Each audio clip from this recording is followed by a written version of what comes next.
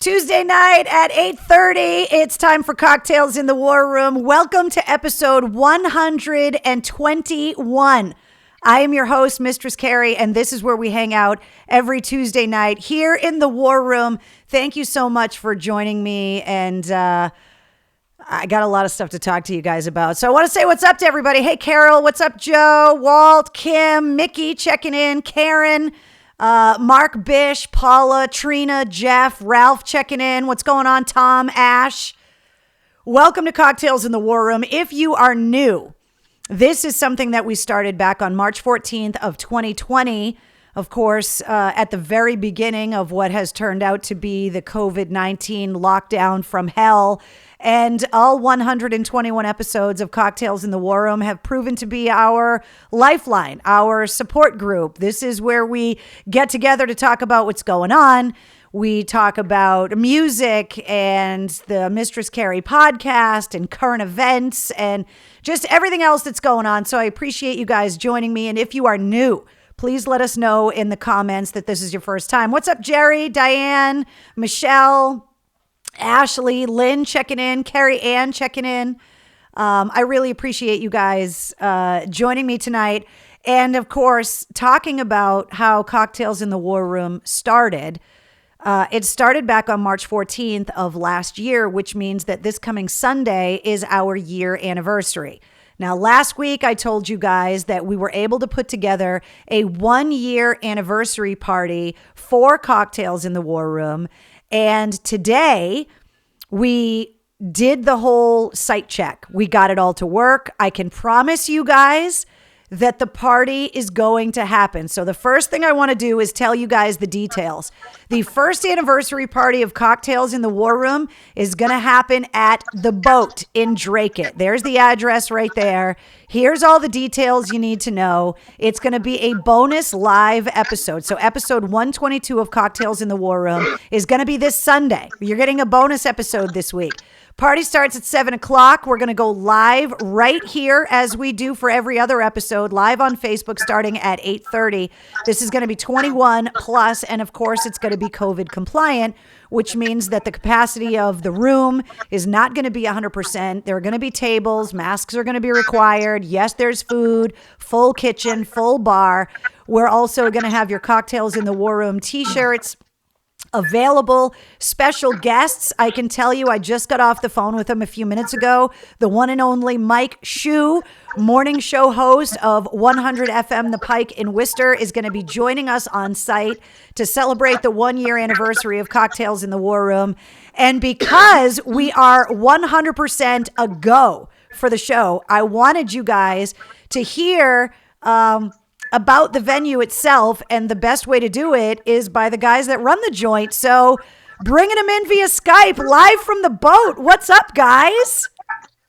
How you doing? Good. What's going on? Long time no see. Are you guys streaming the show? You got to turn, they're watching themselves on the show right now. You got to turn the volume down because I can hear it. No, there's no volume on it. Oh, there isn't?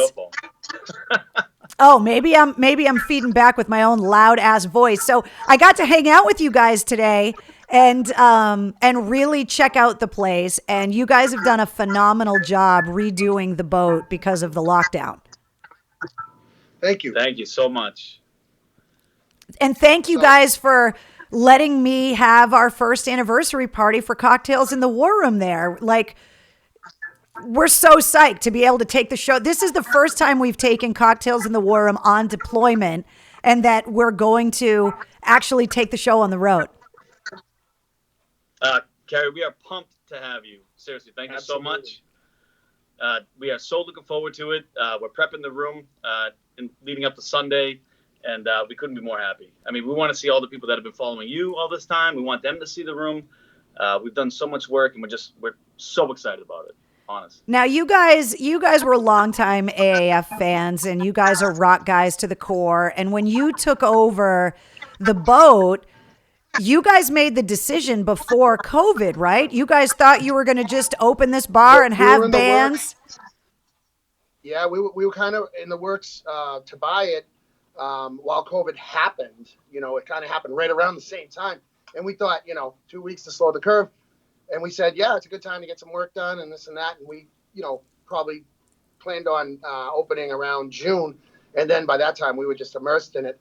And we just started tearing things apart. And we opened on September 25th and did a floor-to-ceiling remodel, new sound system, new lighting, new stage, everything. I mean, even soup your to nuts. bathrooms are really nice and clean.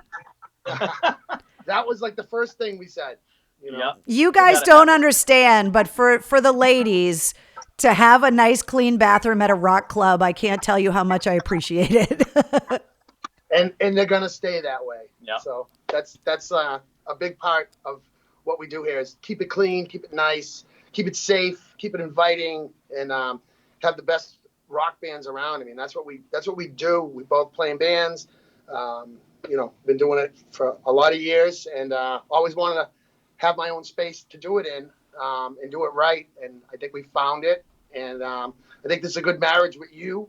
You are the mistress of rock and roll in New England, and well, one of the things that we pride ourselves on doing here in the War Room is really trying to help out businesses and people through this lockdown, whether it be raising money for a veterans charity with the t-shirt sales, whatever it is that we're doing. And so the idea of having a first anniversary party and doing it at a local rock club where we know we're going to be able to come in and not only help you guys out, but hopefully be able to continue to go there and be able to check out awesome live shows in the future once we're all really allowed to go out and pack in like sardines and sweaty, dirty rock shows, which I can't wait for. We can't wait either. And it's been a long time since it was about a year ago today when we had our last show. The last show we did here before we bought it was the Sunday before the COVID shutdown. We did a fundraiser for Michael Antunes from the John Cafferty Beaver Brown Band. That was the last thing. So a bunch of local bands came in, and he had been in a car accident or whatever, and we raised a bunch of money for him. But we do a bunch of charity rides and all kinds of fundraisers for different things, and always local charities. We don't really do the national ones here, but if it's something local and close to someone's heart that we know, the music community always comes together. We come together. We donate money. We donate baskets to raffle, and all that. So it's cool. It's a good scene, and New England needs another rock club. Well, that's what I was going to say. Anything that we can do to help have another place where we can go to see rock bands is a good thing. Right. And it hasn't been easy because as a rock club, you want to have rock bands and you can't have live performances right now. And you guys have been doing something really interesting for people that want to go and see live music, even though they can't. You can have people in the club sitting at tables, just like a restaurant. But tell me about the entertainment that you guys have been having. So we've been doing live streams from a friend of mine owns Audio East. It's Audio East AE Event Systems.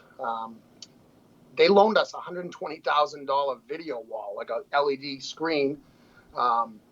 So they have a sound stage they built, and we do remote shows with full bands over there. Or we have a studio in our own basement that we built, and we stream it right upstairs if it's like a solo act. So the performers aren't allowed to be on our stage, but they're life size on this screen. It's 24 feet wide, and it goes floor to ceiling, all HD, and everything gets pumped through our sound system, which is brand new and amazing. So it's the closest thing. No one's doing it, so it's really cool. And it's I don't sing. So as long as I'm on the stage with cocktails in the War Room and I'm not singing, we're legit. Oh yeah. Yes. Entertaining. Yeah. As long as you're entertaining, you're good. Well, and we know you're entertaining. I'm going to try like hell. I mean, it is our anniversary, so. So So as far as the COVID stuff goes, they said we could have live music again and live entertainment. And then they said, oh yeah, but no singing. So set us back. So we're bummed, but we figured we waited this long. So we've been afforded that screen on loan from those guys, which is, we can't even put a price on it. It's helped us tremendously. But as long as we can have entertainers. I mean, if you want to juggle, I don't juggle. I don't make balloon animals. No. No. Well, I'm not a stand-up comic, but being able to take Cocktails in the War Room out on deployment for the first time for episode 122, to not have it be in the actual war room is pretty crazy. But I know that I speak for everybody here when I say thank you so much for opening up your place so that we can come and finally, there are people that have been here for all 121 episodes that are friends because of the War Room that have never met in person. So it's going to be right. part class reunion and part video streaming thing and anniversary party and a little bit of everything. But there's so many of us that can't wait to actually be able to meet in person, even though we have to socially distance and do all of the things to be COVID compliant. I'm pretty excited that we're actually going to be able to take the show out on the road. So it's happening this Sunday. The show starts at 8:30, but the party starts at 7. And what time? You're going to have live entertainment so people can come early. Yeah, they can come check it out. We'll have somebody playing downstairs. I might do a song. You can do a song. I don't know. We might even do a song. Who knows? We might join. I'm always down there jumping up and hogging the mic or whatever.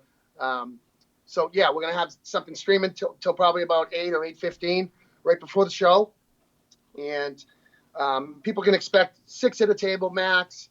The place is spotless. Everything's sanitized. So. Masks required to get in, right? Yep. Masks required anytime you're standing in the room. If you're sitting at a table, you have to. I mean, you don't have to wear your mask. If you're eating and drinking and all that. But if you're walking around, you do have to wear it. And pre-COVID, after COVID, wash your hands. Right. Well, don't lick anything weird and wash your damn hands. I mean, that's the slogan of the War Room. So that's moving forward. That's going to be our reality. But. Absolutely. Well, so Carrie, I just want to say to your followers who might travel to come see you, because this is one of the times that they can. We know that once the chairs are full, we can't let any more in. You just mentioned that, so I would recommend getting here early. Okay. Honest. I mean, I don't know. I would say we could probably fit about 130 people in the room, and that's being generous. So get here early and get your seats. Bring your people. Have something to eat before the night begins. So, well, that was one of the things is that you have 6-person tables. So we've got people in the War Room that, as long as everybody's COVID compliant and whatever, people will be able to have groups of 6 together. Yeah, I mean, we have smaller tables too. We have a rail where there was just 1 or 2 people. It's not every table's 6. Okay. So, we can mix and match a little bit. Okay. But, if 3 people walk in and 3 people walk in and there's only 1 table left, let's get cozy. Yeah.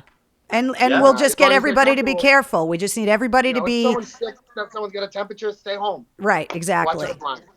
That's the best thing we can We're say. hoping that this is sticking a toe in the water of what's going to be possible moving forward, but we need to be really careful. Yeah. I mean, we've been open since September, and we've had some decent nights as of late. It's starting to pick up a little bit. And we had a full room on Saturday, and it was great. Everybody was compliant. Everyone was awesome. I actually took a video of the room and we watched it, and we're pretty proud that, we have some really good customers, and, everyone's being compliant because the state is really, really up our ass so hard on this stuff, and we've suffered for it, for being so strict on it, but it's paid off because, knock on wood, we have not had any outbreaks. We haven't had, a bunch of customers get infected or anything like that. None of our staff. So it's been awesome. So. Before I let you guys go, if people are going to be coming up, they're going to be hungry. So can you guys talk about the food? Absolutely. So in the room, we have our kitchen is run by the Rebel Kitchen crew. So they come from a diverse background. They make all different types of food. The menu, one of our ideas with the menu when we began is to make it not so extensive. So it has a number of items for every type of palate, but these guys have absolutely been killing it. I mean, we could not be more proud They've been smoking it since they started, right? The Yeah, mac I mean, and people are cheese is raving. really good. Yes. It's homemade mac and cheese. They do tacos that are like, I mean, supreme tacos. These things are insane. Pork tacos, beef tacos, like steak tacos, and then just the sandwiches they do. It's insane. So people are going to be able to I eat good if they come, which is the biggest concern. Is just if they're going to come up, they want to make sure they're going to eat good. It's affordable and it's phenomenal food. I promise. The food is just excellent. And Jason and the guys and girls at the Rebel Kitchen are killing it, like literally killing it. Yeah, they're making us so proud, like in Awesome. the community. That's how good it is. So we could not be more excited. Well, I can't wait to be able to take the show on the road on Sunday. For anybody that's not going to be able to join us, it's going to be an episode just like every other. So you'll be able to watch everything right here live on my Facebook page. And then we'll post the videos up on YouTube like we always do. Mike Shue's going to join us.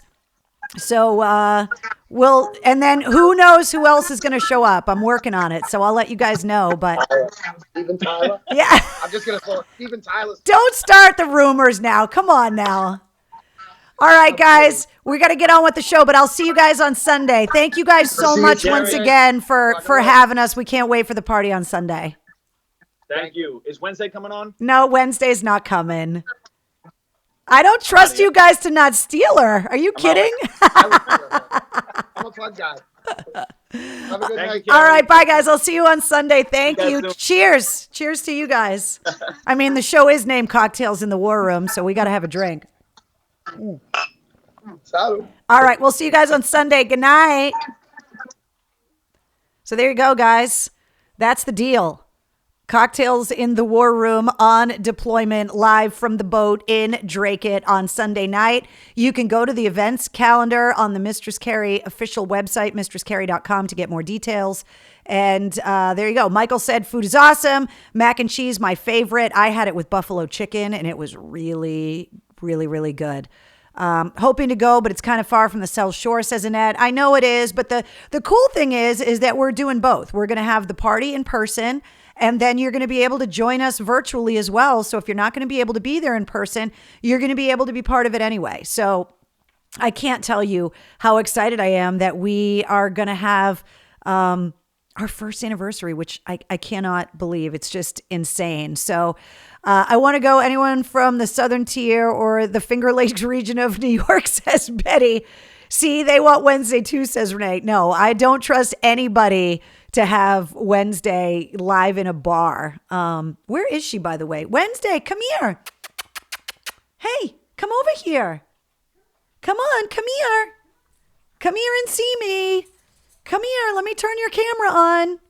Come on. Come here. Wednesday. Come on. Get up here. Don't. Bring me your little toy. Come on. Get over here. Come here. Now she's being shy. Wait, hold on. I got to turn the pug cam on. There we go. Not the Skype cam. Ah, there she is. Say hi to the guys at the boat. Say hi. This is her favorite. You know, her favorite toy. She loves all the toys she has, but for some reason she bonded with that one when she was a little puppy, and it's so disgusting, but she loves it. Come here, Wednesday. Come here and say hi. Come here. Give me that. What? Really? You're going to sit? There you go. Let me move the camera for you so that you can be seen better. There you go. She's just sitting over on the other end of the couch, just staring at me right now. Are you being a good girl? Look at that tail. Look at that cinnamon bun wiggling. I took some really cute pictures of her today. There's a skylight, and she was laying in the sun under the skylight, and she was like baking. She was so hot because it was almost 60 degrees today, which was unreal. So what are you doing? Are you just going to hang out while we talk about everything else that's going on? Okay. You let me know if you need anything. I'm just going to leave your camera on for everybody. Everybody says hi, by the way. Can I come alone to the bash? Will wants to know. Of course you can. I was just saying that 6 is the max for the tables. So if you wanted to come with a bunch of people, whoever's in your bubble, or however it is that you guys want to do it, the max for a group is 6. That's the law right now. But we're going to be as accommodating as we can be for everybody coming to the party, and obviously as compliant as we need to be per the state, because this is something that we're not able to really do too much of. It's really hard to have live entertainment right now. Hi, do you want to come and say hi? Come here. There we go. There. Do you want me to, can I just put there, we'll just put the big camera on. Do you want to say hi? Don't lick the microphone. Do you know how expensive that is? Oh. I know it's going to be weird to have cocktails in the War Room without Wednesday, but we're going to have to do it. I can't trust her in the bar. She'll end up in the lake. The one thing about the boat is that it overlooks the lake, so it's awesome. The view's really beautiful. I'm sure in the summertime it's great, but knowing Wednesday, she'll be like, hey, let me go run out on the ice, and then we'll be calling the Drake Fire Department to risk the stupid pug that fell through the ice. So get all the details. You can always, if you got specific questions about anything, you can always call the guys at the boat as well. And all the information is on the events calendar on mistresscarrie.com. So miss you live on WAF, says Paul. Trust me, Paul, I miss it too. Jeff says the boat sounds like a kick-ass place. I wish I could go. Well, hopefully this is the first of many opportunities that we're going to have to take the show out on the road. So snort Wednesday, says Brianna. I know. Love the Harley shirt. Thank you very much. It was nice to wear like a long sleeve shirt and no jacket today. Like it was unbelievable. I got out of the car. I was like, I don't even need a coat. It was amazing.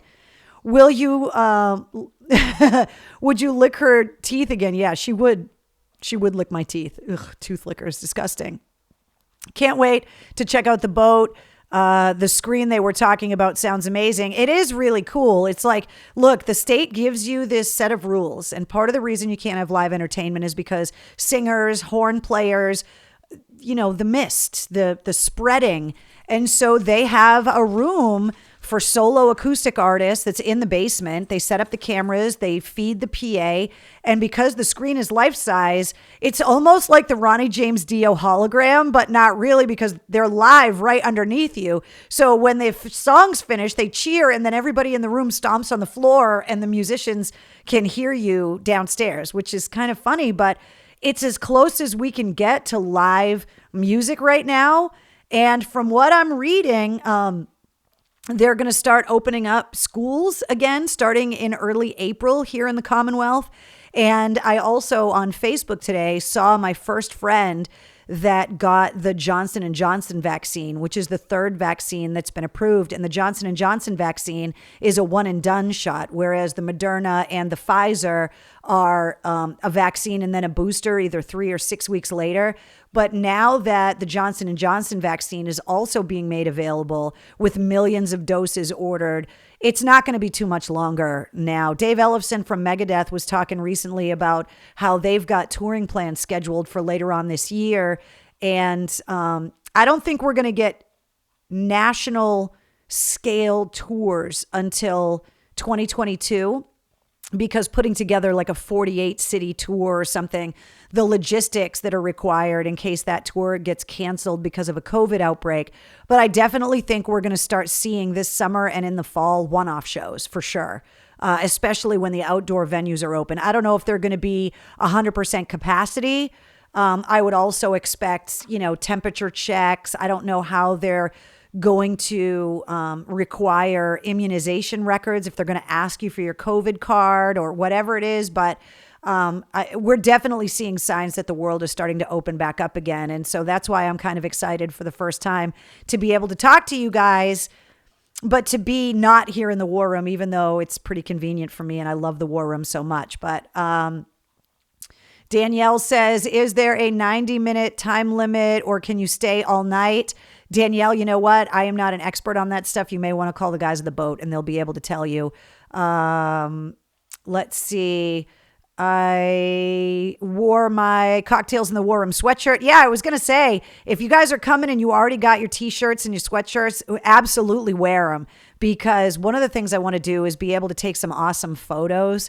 and I tested it out today. I also was able to hook up another camera and to be able to put that camera on the crowd so that you guys are going to be able to be part of the show as well, which I'm really excited about. So wear your Cocktails in the War Room t-shirts and sweatshirts if you have them. And if you don't, I will have t-shirts available at the boat on Sunday. We're going to talk about the big gig coming up, Mark. We're definitely going to talk about that. Let's see. Maybe we start seeing more intimate shows going forward. Well, I definitely think they're going to start with outdoor stuff. I think that's going to be the easiest thing to limit liability, because at the end of the day, and we've talked about this extensively here in the War Room, a lot of it has to do with insurance underwriting. It comes up in the podcast a lot too. It's like the bands, the promoters, the record companies.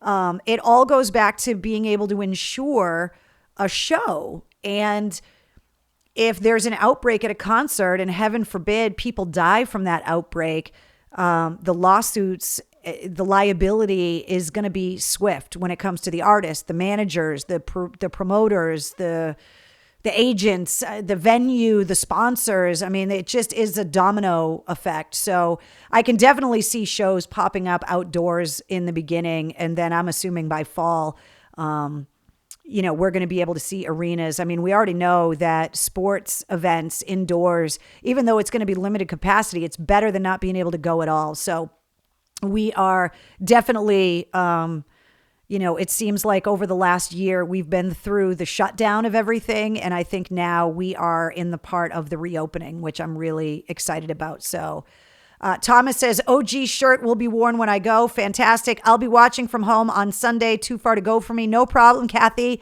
I'm hoping, like I said, that this is going to be the first of many times we're going to be able to take the show out on the road. And hopefully we're going to be able to take it everywhere. So if it's too far for you this time, maybe next time will be closer to you, which would be great too. Karen says, already planned on wearing mine. Smith and Myers in Kansas City in May. That's what I'm saying. Like, this stuff's starting to happen. So we just have to make sure that as things reopen, that we're still being careful, washing hands, all of that stuff, because nobody wants to see things taken away for the second time. It's like once they start opening things back up again, we want it to keep going in that direction and not, oh, wait, there's an outbreak, it's got to get pulled back again. Nobody wants to see that. So let's see.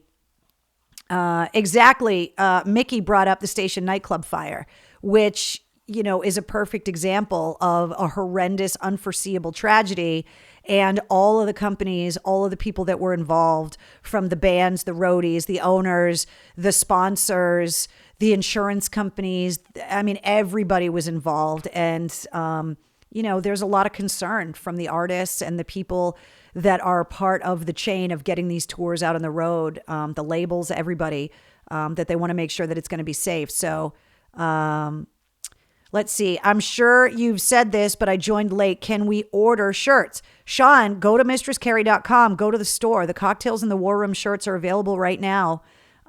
There's men's shirts, women's shirts, and then the logo's also on the hoodies that have the purple flames up the sleeves. You can order all the stuff. There's a bunch of stuff on the website in the store. There's pint glasses, coffee mugs, beanies.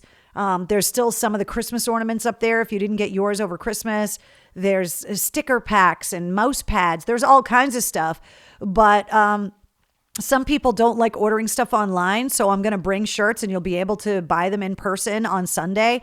But absolutely, you can order whatever you want to order. All the sizes are in stock and you can get them right at mistresscarrie.com, right in the store. Trina says, I can tell you as a commercial insurance agent, the insurance law makers have not created laws protecting people regarding COVID-19. I don't think they know where to go with this. But they will figure it out soon. That's what I'm talking about. If the insurance companies aren't there with policies yet, I mean, there's policies for everything, right? There's policies for acts of God. There's policies for, the artists themselves. Say, I'm trying to think of an example, like Metallica when they toured with Guns N' Roses on that co-headlining tour and the riot happened in Montreal.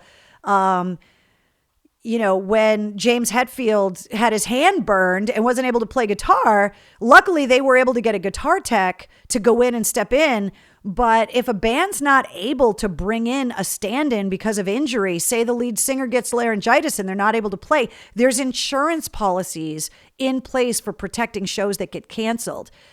A global pandemic is something that hasn't happened in 100 years. And so there wasn't a lot of insurance in place to be able to support and handle tours and shows getting scheduled because of it. So we are in uncharted territory right now.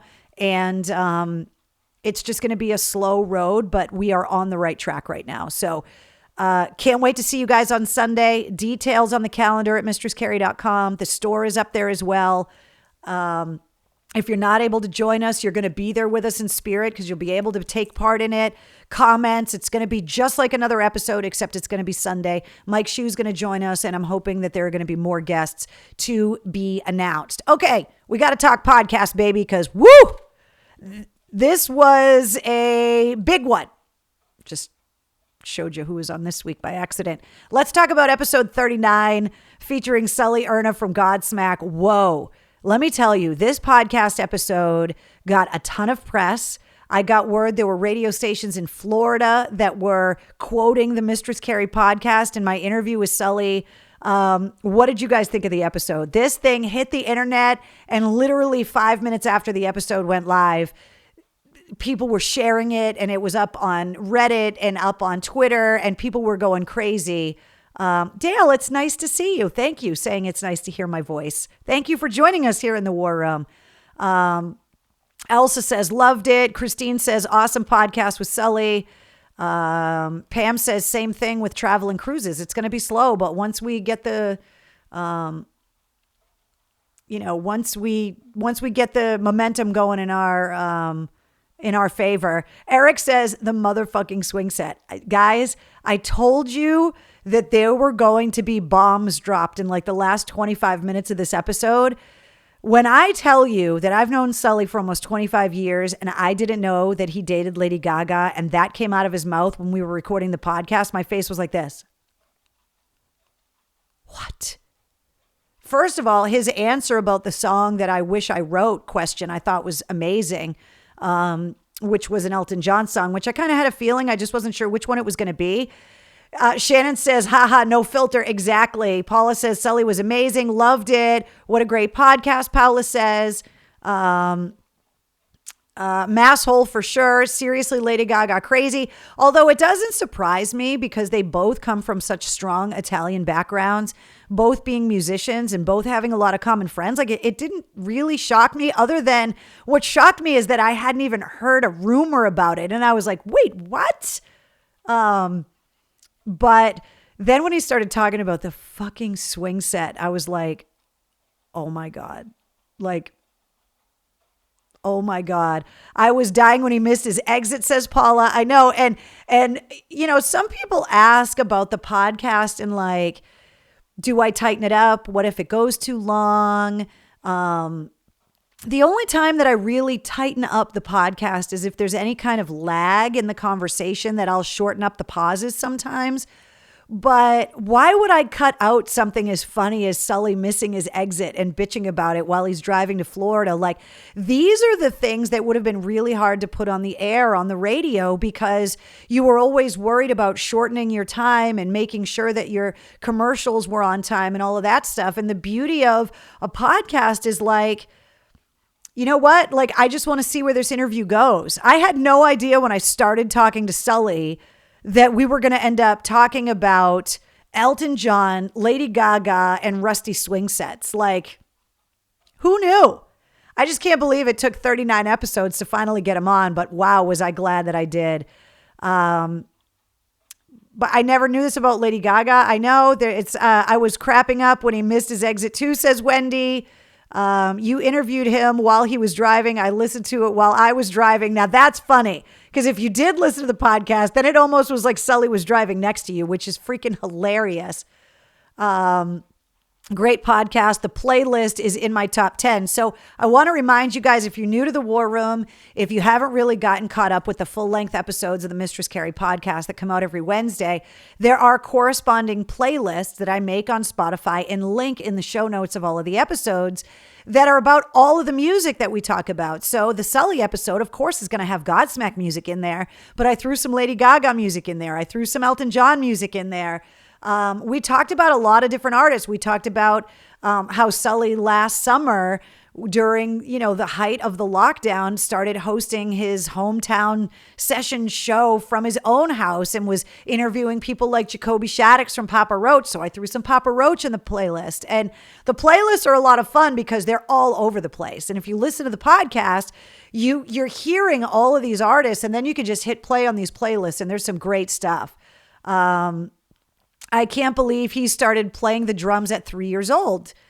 He and Mike Mangini have that in common, that, they were identified early as being kids that had this innate ability. And I loved that question I loved Sully's answer about identifying talent in your kids, and how easy it is to kind of spot the difference between a kid that just likes to play on the pots and pans with the wooden spoons in the kitchen and a kid with the wooden spoons in the kitchen that's keeping a 4/4 beat or something. Like being able to identify kids that have this innate and natural ability, I think, is really interesting. Playlist is killer, says Jeff. Awesome. Let's see. Sully's interview was kick-ass. Thank you very much. Let's see. Can't believe his daughter is 19, says Mark. I know. And I was there the day she was born, and it kills me. I've changed her diapers, and it's so crazy to see her as a full-blown adult now. It's so strange. So I'm glad that you guys loved the episode. If you are friends or have family that are Godsmack fans, definitely keep sharing the episode. And if you haven't listened to it yet, I think you're really going to love it. Like I said, don't skip all the way to the end because there's a lot of great stuff. We talked about a lot of serious stuff too. We have differing opinions on some things. We talked and had a serious conversation about COVID-19 and all of that stuff. But, I loved his comments about War Drums, which is the theme song to Cocktails in the War Room, and to the podcast as well. And, him talking about his thought process with writing and recording the song. I couldn't wait for him to be able to tell that on the podcast. So I was super excited. Brenda says, my 3.5-year-old granddaughter has her own little kit, not the little cheap ones, but plays it every day. That's one of the great things about all of this quality time that people have been able to spend lately with their kids is there are a lot of instruments that are getting sold, and a lot of kids are learning to play instruments, and they're able to get instruction through the internet because of COVID. And when they go back to school, I'm hoping that all of this new generation of musicians is going to continue playing. And hopefully these kids, 10 years from now are going to start garage bands and be like, well, I started playing the guitar when I was 5 or 6 during the COVID lockdown, when I was being homeschooled. And it's going to be really interesting in the next 10 to 15 years, the music that comes out of the generation of kids that learned how to play instruments during this moment in time. Let's see. I'll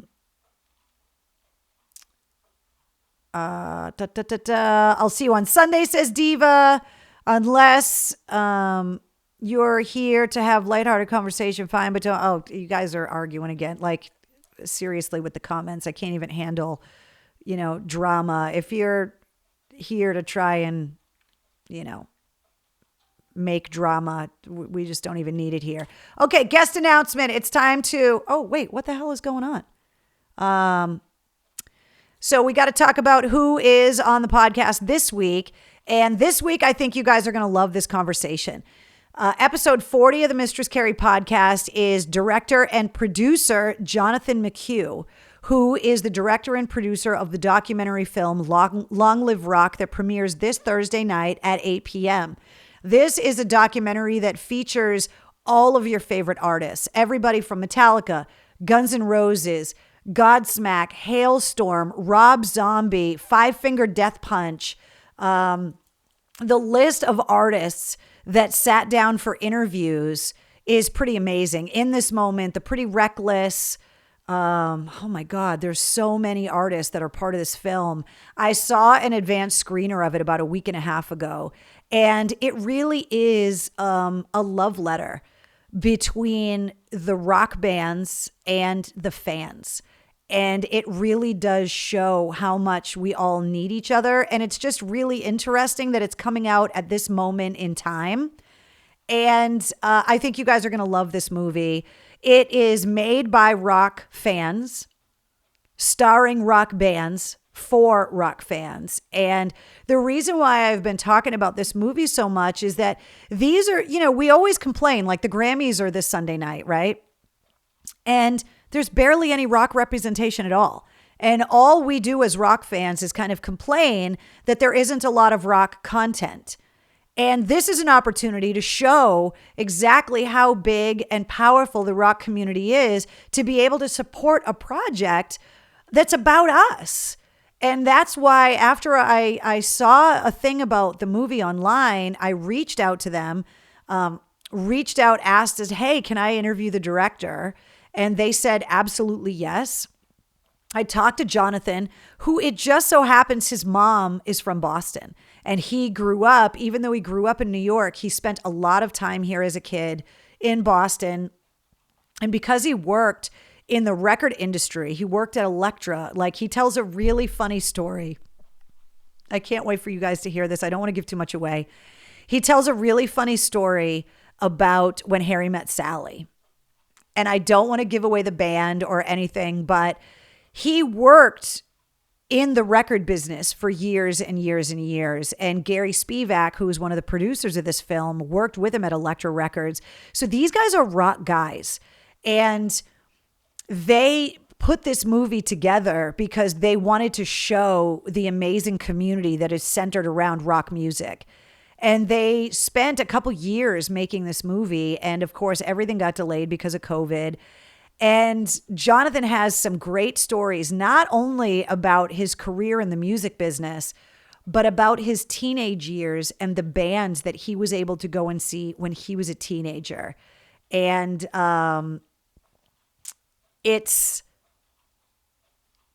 he's seen like the bands that some of us wish that we were able to go and see back in the day. He saw and told me some amazing stories. And he's also very well versed in Boston radio and knew all about BCN and knew all about AAF, and really talked a lot about the loss of WAAF in Boston and what that means to the rock industry in general, and talked about the future of rock radio and rock as a genre. And if you're a rock fan, I think you guys are going to love this week's episode. So yes, you do need to get tickets to watch the movie. They're $9.99. It's not that big of a deal. And if you get a movie pass, it premieres at 8:00 Thursday night. So you can sit down at 8:00 Thursday night and watch it in prime time with everybody else.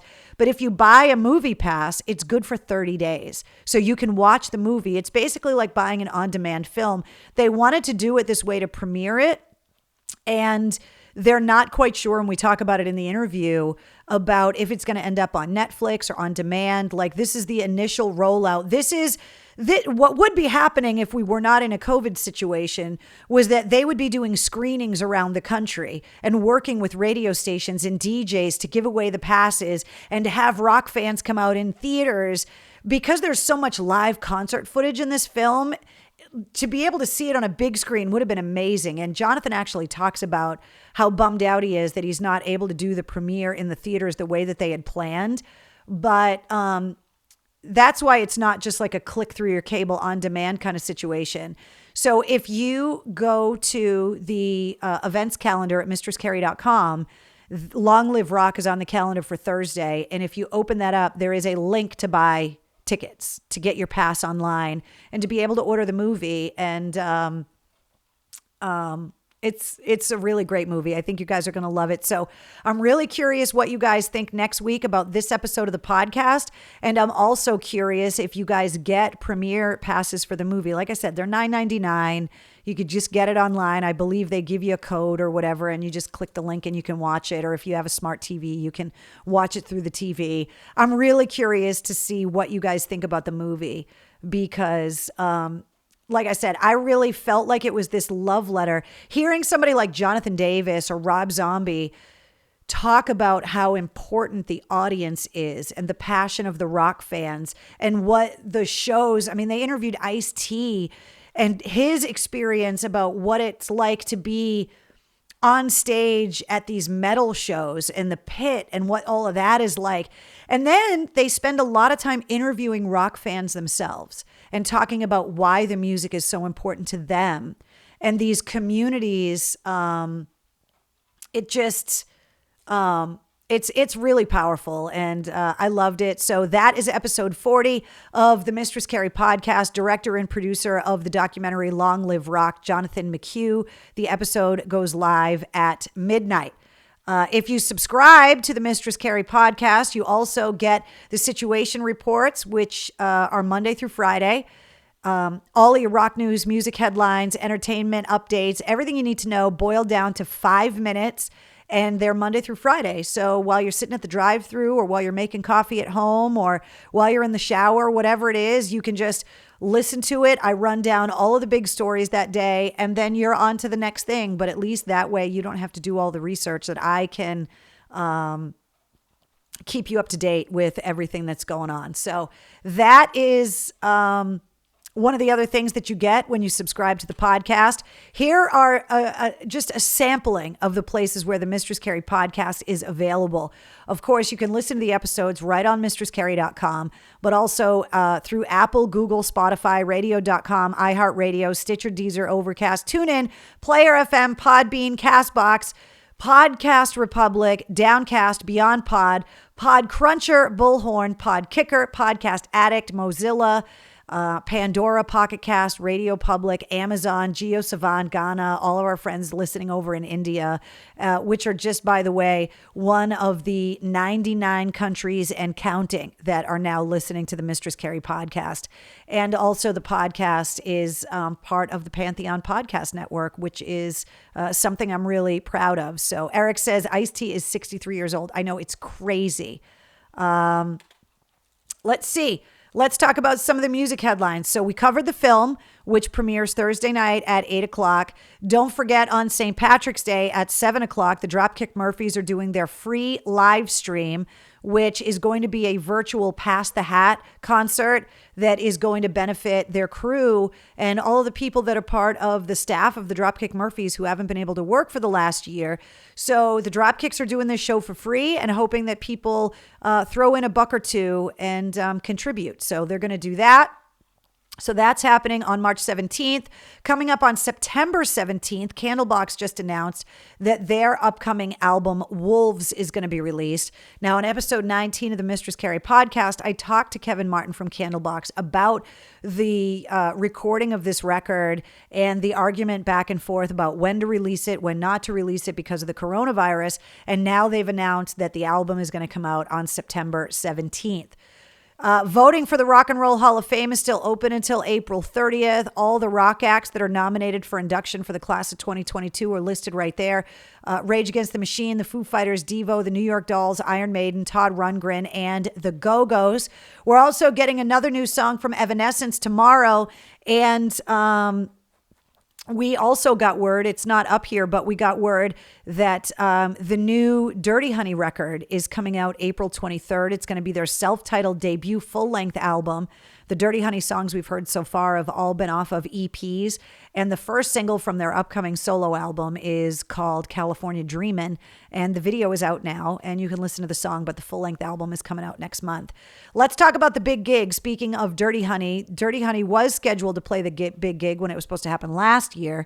Then it got postponed to this April. The announcement came on Friday at 5 o'clock. Sorry about the confusion on that, by the way. that the big gig has once again been postponed, and it is now slated, headlined by Godsmack. The rest of the lineup is to be announced based on what's going on with touring next year. But the big gig has been postponed to April 30th of 2022 at the DCU Center. The updated information is on the events calendar at mistresscarrie.com. If you purchase tickets and you're not able to go to the rescheduled date, your refunds will be available at the point of purchase. Some people have asked about tickets that they won from WAF before we went off the air and how they go about getting those. I don't know the answer to that right now, but I'm trying to find out. And obviously, I believe there are still some tickets left available, but it's more than a year away. I know Mike Shue and I want to be there. They are hoping to make it into a celebration of the 50-year legacy of WAF, but that is the updated information on the big gig. I'm sorry that it took so long for us to get the information. We were waiting for confirmation on the actual date. So now you have it. Big gig postponed April 30th, 2022. Let's see.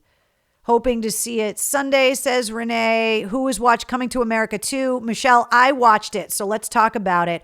I watched it the other day when it came out.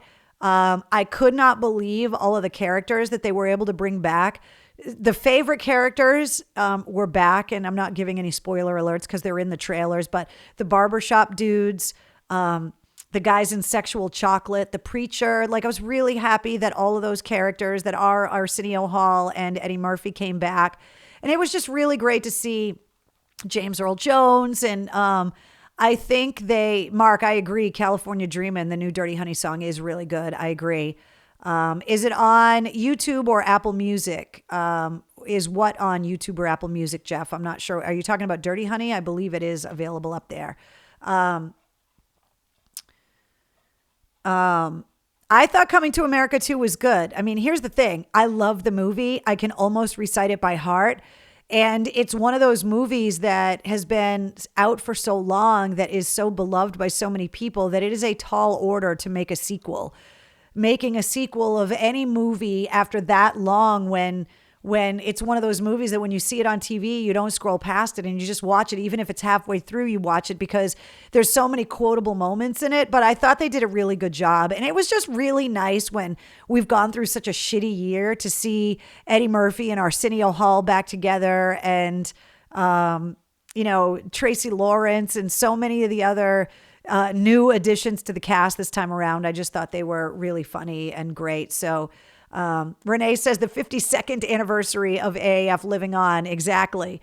I'm excited for the Dropkicks on Wednesday. Yeah, I mean, it's going to be nice to see the Dropkicks from Boston live starting at 7:00. And I think that it's really cool that they made the show free. And I know that people aren't going to have a problem kicking in a couple of bucks to, help out the Dropkicks. I mean, they're one of those bands that lives on the road. I think they play over 200 shows a year. So the fact that their crew and their staff just have not been able to tour, they're one of those bands that makes their money on the road. And if they're not on the road, they're not making any money. So I thought it was awesome that rather than, say, selling tickets for a live stream concert, that they're making it available to everyone and just asking people, hey, if you can kick in a little bit of money and make a little bit of a donation to help our crew, the people that make our tours possible. I think that's pretty classy. So let's see. The royal penis is clean, Your Highness. Exactly, Eric. There's just too many quotable moments. It's just too good. Bark like a big dog. Exactly. I'm so excited. Who else is going on Sunday? Awesome that you're going, Diva. Can't wait to see you. So those are all your music headlines. A mail call this week. I got one thing in the mail and I can't wait to show it to you guys. They reached out via Twitter and said, hey, do you have this? Would you like it? And I was like, yes, I would. So I got this package. And it has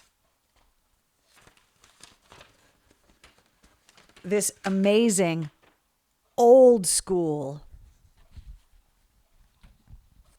old WAF bumper sticker. I think this is a Bob and Zip era bumper sticker. This is way before my time, which is insane. And it's in unbelievable shape. So I want to thank the Blanchettes for sending this to me. They reached out on Twitter and said, hey, can we send this to you? And obviously I said yes. So I am going from Haverhill.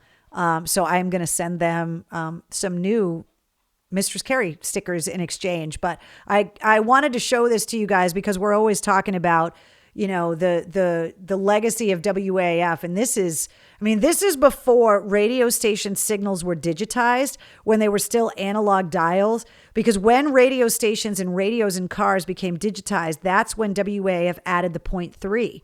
Because when radios were just the analog bar, they didn't need the 0.3. So that right there, that logo shows you how old the sticker is, which is pretty awesome. So I was super excited to get this in the mail. So, oh my God, Bob and Zip, they're on the same station that Mike Shue is, the Pike down in Worcester. They had me on their show, and they came on the last day of WAF, and we're just the sweetest guys. And, you know, they were some of those people, like, I grew up listening to them. And of course, Bob Rivers, all of the funny Christmas songs, all the Looney Tunes we used to play, those came from Bob Rivers, from Bob and Zip.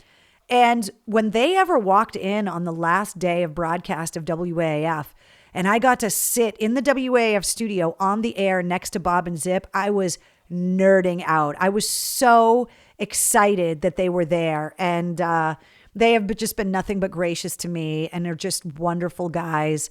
So I'm so excited to get that sticker. So thank you guys up in Haverhill, and I will send you guys some cool Mistress Carrie stickers. I'm 55 and I remember Ordell Cretin. See, Christian, I don't. That's before my time. I don't remember it. And there's so much of WAF that I remember, even the years before I was there, just, you know, growing up, listening to AAF. But the fact that, I mean, there's decades of WAF before I can remember it. And so that's one of those things. It's just awesome. What's the history on the bumper sticker? Michael, I don't know. I don't know what it means. I don't know what the pig is. I don't know, but I will find out. Late 70s, early 80s, says Brenda. I think so.